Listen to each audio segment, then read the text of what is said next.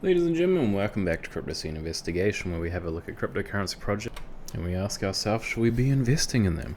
Today we'll be looking at Polychain Monsters. They used to be known as Polkamon, so this should be exciting for all of us. If you like what I do on this channel, please consider liking and subscribing, and if you do wish to comment, you're very welcome to. If you want to make any fan requests, please consider becoming an advocate, because there's fan requests right there. Yeah. And we will jump into it. So, Polychain Monsters, what is it? Who are they? Tell us about them. So this is the YouTube channel. We'll briefly have a watch over. Where are we? Here. So this is the Polychain Islands teaser trailer. So essentially, it's a game like Pokemon, kind of inspired by Pokemon and like battles and all that jazz. Some of the best gameplay which I've seen is from this video here. However, this is from the alpha 1.0. I believe you can actually see it down in the left hand corner. If you can, yeah, you can see that on the screen. So it looks like the game definitely does work. You can see like the monsters kind of like, I mean, if you can call the monsters creatures. They use like blast, and you can skip and swap and change, and you know, all that sort of jazz. So yeah, so you guys kind of get the gist. This probably doesn't need like too much explaining. But yeah, so when we have a look at where the project's gone, it went from like an all-time high of 58 all the way down to $4. Yeah, so there's been a lot of comments on the sort of right-hand side talking about how there's going to be a listing on both Coinbase and Binance. Mostly people talking about it being listed on Coinbase. However, I did ask in their Discord if anything's happening with that, and they say that they have no news as of yet. So yes, that is that jazz. They currently have a market cap of 14 million, which is very, very low. It's a very small market cap. Also, they're on some pretty familiar exchanges. They're on Gate.io, KuCoin, LBank, MEXC. So when we jump to our little stats sheet thing here, since they're on Gate.io and KuCoin, then we can automatically jump them up to number 7, because number 7 is good boy. So we'll skip past that. This is their medium. So it looks like it is still being updated every so often, so it's cool how they do actually have articles on here. So if you do wish to learn more about the project, you can definitely go here to find out more about it. One disappointing thing I will add though is the fact that these, like, they don't really upload that many videos. I mean, this one was, so this teaser trailer was from 4 months ago. Like, I mean, I feel like they need to give us another trailer or something like that. But because I'm pretty sure that it's still in its alpha stage, maybe they're just sort of like testing the waters a little bit. But have I found that sort of information? No.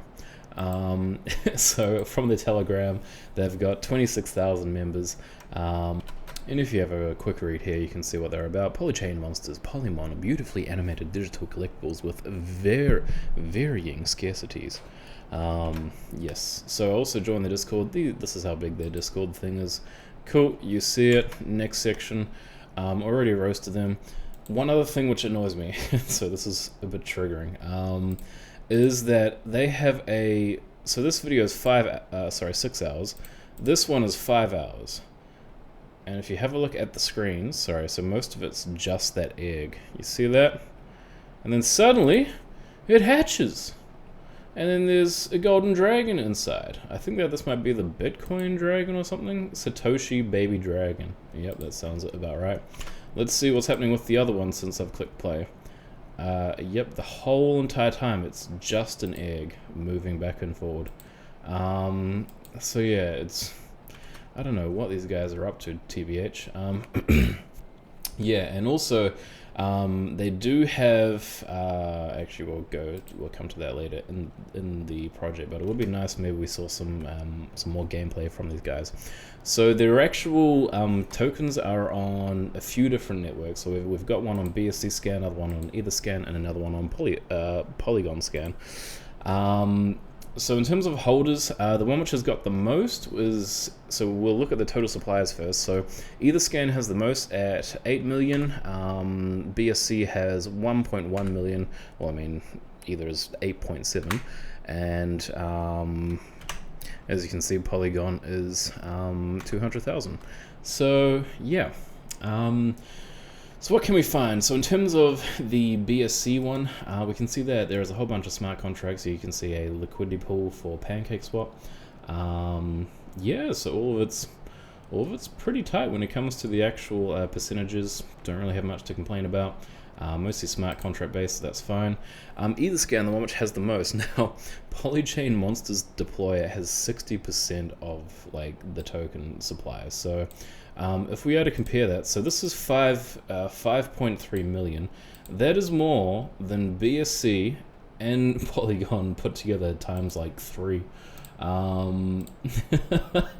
So yeah, just so that you guys know, if this was ever to be rug pulled, this is the wallet which they would use to do it. So this is essentially an unlocked wallet from what I can see. So to me, that means that that has the potential to cause a rug pull. But whether or not they are going to be rug pulling is it's a bit debatable. There's like information which makes me think not. There's information which makes me think so. So yeah, it's just a bit. It's arguable. Everything else. So we also have another smart contract up here. Another one which holds 3% of the supply, which even this wallet right here holds more than Polygon. Yeah, and you can see KuCoin, Gate.io, KuCoin, yeah, and Uniswap up here as well. So we know that much. Polygon, yeah, I mean, similar to the BSC one, as you can see, they've also got sort of their top 6 wallets are in smart contracts, so not too concerned about that jazz neither, so that's pretty alright. Let's see what BSC check tells us. So this first one is the BSC, the Binance Smart Chain, yeah, there we go, contract. So as you can see, the owner has been renounced, and this has been confirmed by Open Zeppelin, so good on these guys, good stuff. And then we can see some other things. So in terms of burned or locks, says 87% has been locked, burned, 0% has been burned. And once again, there's not really that many concerning holders, because most of these are sort of chilling at the in smart contracts. But it does say contract code suspicious burn function detected. So not too sure what that is about, but we'll see if we can see anything on Moonarch. The next one regarding ETH. So with ETH, we can see cannot read contract owner, cannot check dev wallets, and this one has pretty much like 0 burn and 0 locked almost, except for QBuy.eth. Don't know what that is. And then it says token supply. Now it should essentially be saying something like 60%, but it says 3.9%. We'll see when this was done. Actually, no, it doesn't tell us. So maybe it just ignores that deployer wallet. But our boy Moonarch picks that one up. Token sniffer. Now, because all of these are actually the exact same contract number, Token Sniffer unfortunately can only show one at a time. So when I actually copy and paste the number into there, it'll only show one. So the only one which we can see on here is actually the Ethereum one. And so as we can see, so there is no buy or sell tax. Ownership has been renounced, or as far as we know. We do have ETH on here though, so yep, ownership is gone, as far as we know, so that's good. Creator wallet contains 60%, so yep, Creator wallet still contains a ginormous percentage. So Uniswap, SushiSwap, so that's about the liquidity. There has been, so these are other similar token contracts which have happened. So these are different, however, the top one has been flagged due to evidence of a bug, hack, or scam. And I'm not too sure about what the others have been like on here, but if you guys know of any of these other ones and have any details whether or not they were good boys or bad boys, do feel free to comment that, because that could possibly be helpful for us to know. Next one, so this is BSC, so token age. So this one was done in March. This one was also done in March as well. And I believe that if we jump on the Polygon one, we can see that the Polygon contract was actually created in November. So yeah, so the Polygon one is actually the newest out of all of them. So as we can see, when it comes to the holders according to the BSC one, we can see 91% unlocked, 8.89% in liquidity, which is $437,000, which is very impressive. Although I will say that this may possibly just be pulling off the actual Uniswap liquidity as opposed to the other ones, including Gate.io and KuCoin and all that sort of jazz. So just bear that in mind. Here's an interesting one. But the fact that the ownership has been renounced makes me think that something like this is even though it might be warning us, it may not be as detrimental as we think. So it says Polkamon token BSC.mint function might mint supply check usage, but because the ownership has been renounced, to me that's that's not too concerning. But we do have something like this. So renounce role might contain a hidden owner. Check it.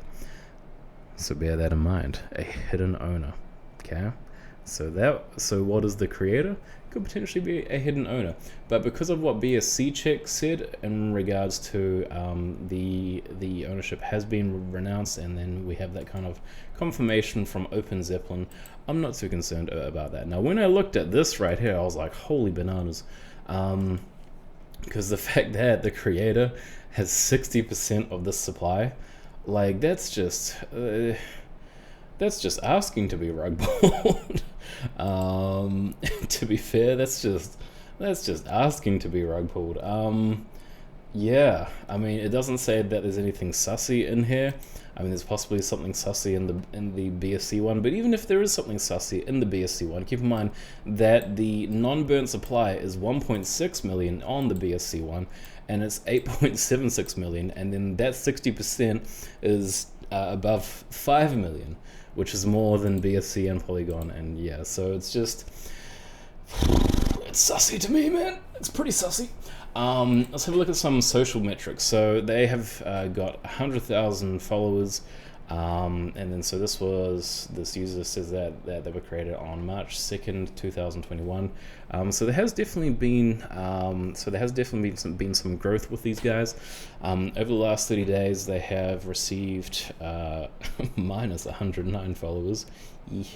Not sure what could have been causing that. The fact that they've sort of just been dropping and dropping and dropping is possibly, something which might be in relation to that.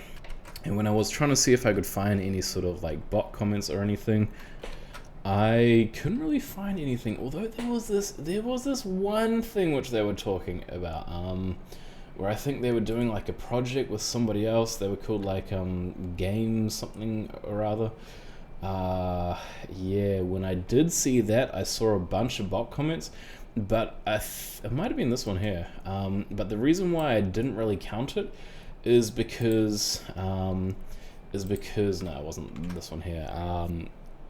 Is because that had other ones tagged as well. So because it had other ones tagged, I didn't really sort of count it as much.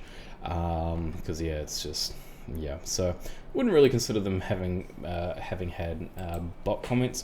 So as we can see, according to Google Trends, Polychain Monsters and Polkamon, because I decided to search up both of them, they do have a reason why they changed their name. I did get sent a Medium article explaining that.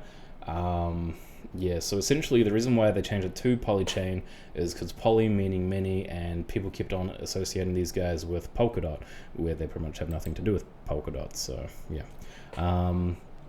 So as you can see, they've had massive searches regarding Polkamon around there, and then Polychain Monsters around there. So the sort of lines, I guess, kind of go entwined. So that was over the last 12 months.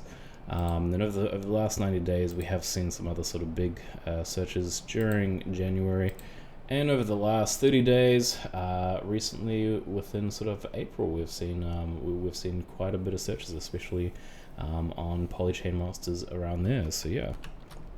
Next section. So this is their version of tokenomics. This kind of bugged me, to be honest. So this is what I'm gonna call their quote-unquote white paper.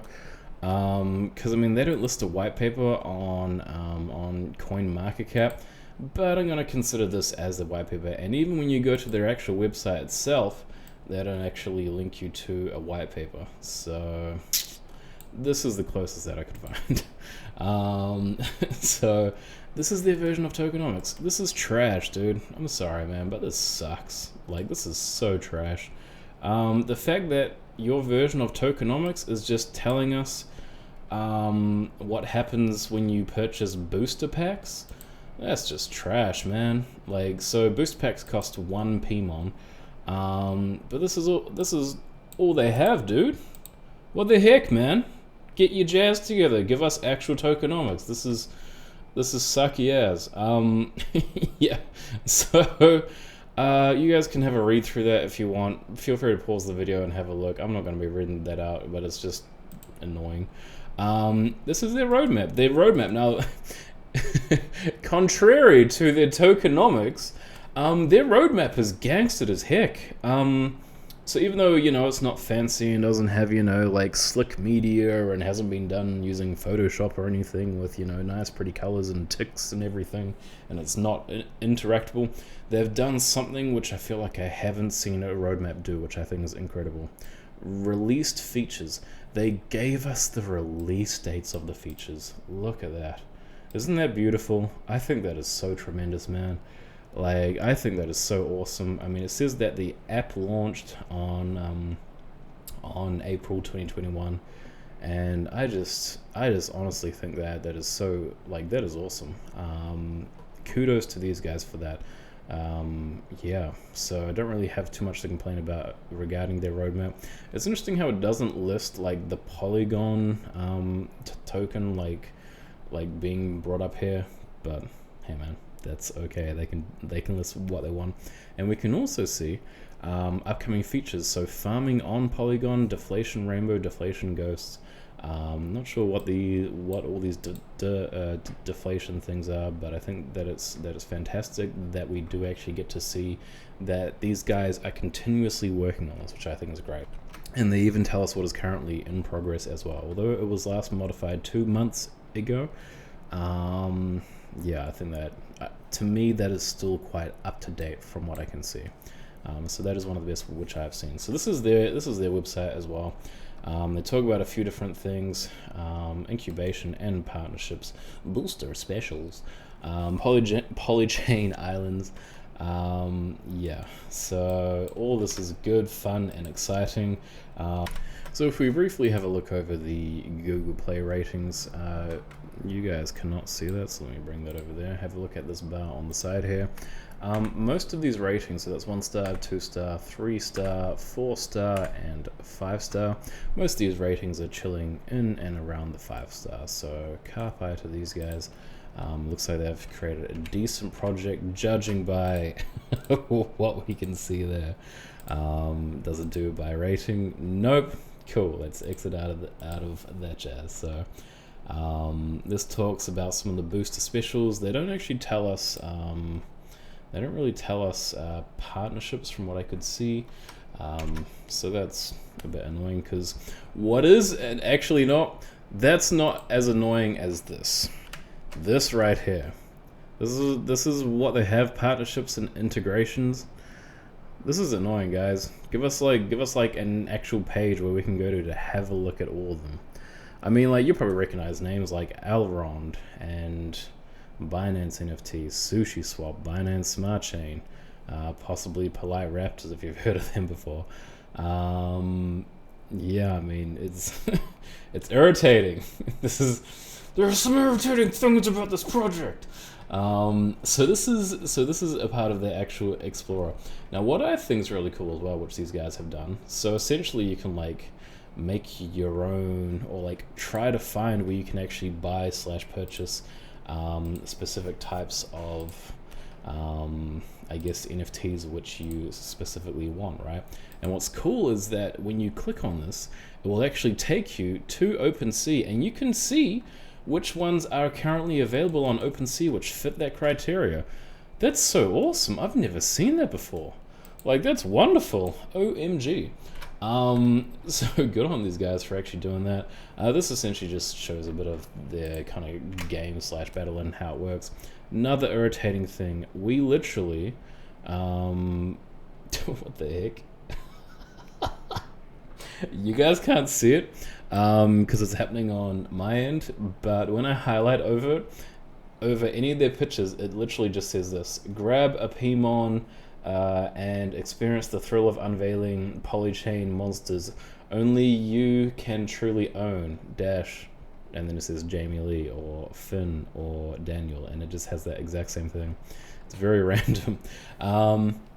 So these guys are a part of their team. This is actually in alphabetical order in terms of their names. So I wouldn't consider these guys doxed by any means. But they do tell us a bit about who they are. We do actually have real people pictures, which is also a good time as well. So they get like a few brownie points, but not all the brownie points. They also have this interview.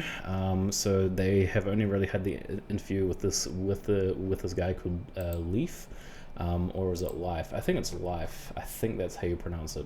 And he's actually the CEO and software engineer. So he's pretty much the only one which we can kind of fully confirm. So as you can see, he's actually the managing partner and co-founder. I mean, although it says CEO on this part of the website and software engineer, so what exactly is he? Not entirely sure. Beleaf, CTO, software engineer. He was the co-founder of Beleaf. He's also been a software engineer and software developer and co-founder of Spot To Do. Yes, I mean, this guy's definitely had some sort of relevant background to what we can see and find. But this is the only AMA/interview which I could find, and this was from July. Yes, so they don't really do much updates when it comes to YouTube. It would be nice if they did. But we'll go to this part of the show where we can look at these delicious stats. Functional and clean website/media. Gosh, what do I say about it? I don't really like the website very much, to be honest. I'm gonna give it about a 4. Like, it's just they don't have a link to their white paper. They don't have a link directly to. I mean, well, sorry, they actually do have a link directly to their like team, but then like they don't really give us any links from the team. Like, where is the LinkedIn's? Where is the? I mean, maybe even a Twitter for, you know, like those who actually trust the Twitter. Yeah, and the fact that they've just got their partnership scrolling along like this is super annoying, and it just the fact that there's no white paper just triggers the bananas out of me, dude. So in terms of solid white paper, I mean, they say that they have a guide here. Oopsie daisy, don't know what happened there. So the fact that this is their white paper and they don't really list it as a white paper is a bit annoying. But at the same time, this is almost kind of like, this sort of white paper is almost kind of expected for like gaming/NFT projects.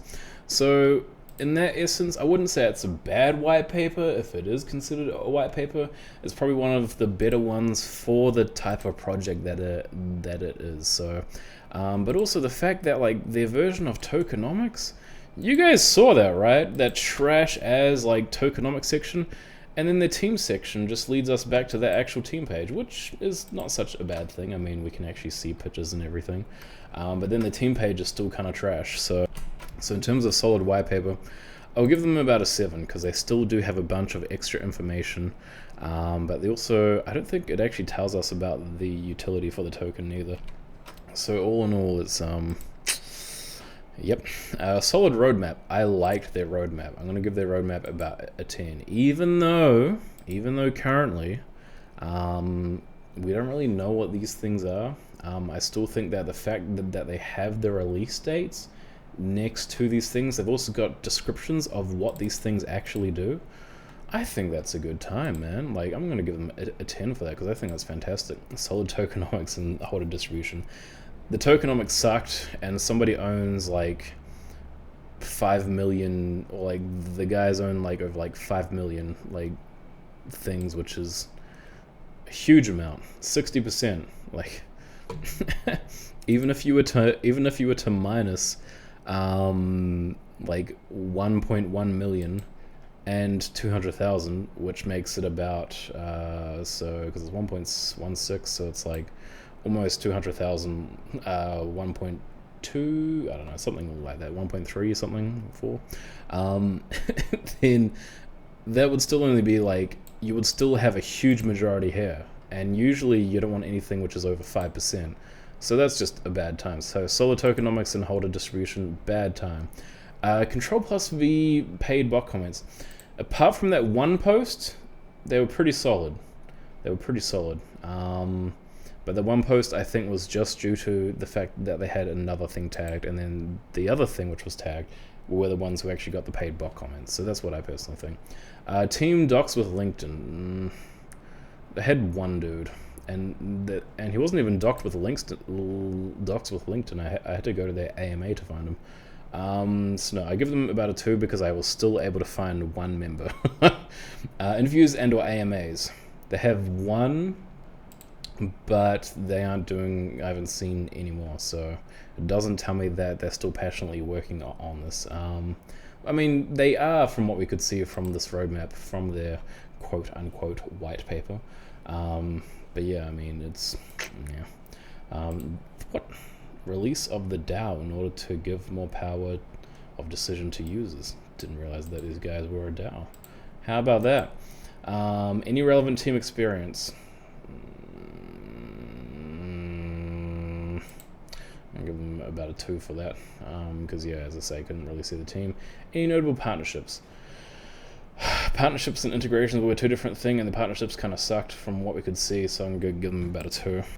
So yeah, so as a final score, these guys essentially get a solid 5 out of 10. Yeah, and the main thing which they kind of had going for them were no paid bot comments, and their roadmap was tight. Yep. And they're on KuCoin and Gate.io. So, I mean, they get a 2.5 star. Which is one of the lowest ones which you can get on this. Anyway, guys, that has been my video. Thank you so much for joining me. Apologies that it's gone this long. Yeah, I've also got a Patreon, which I mentioned right at the beginning of my video. So if you do want to do any sort of fan requests or anything, as well as if you do wish to comment on this video as well, please have a read of that jazz. And if you do want to share this video around, that would be tremendous.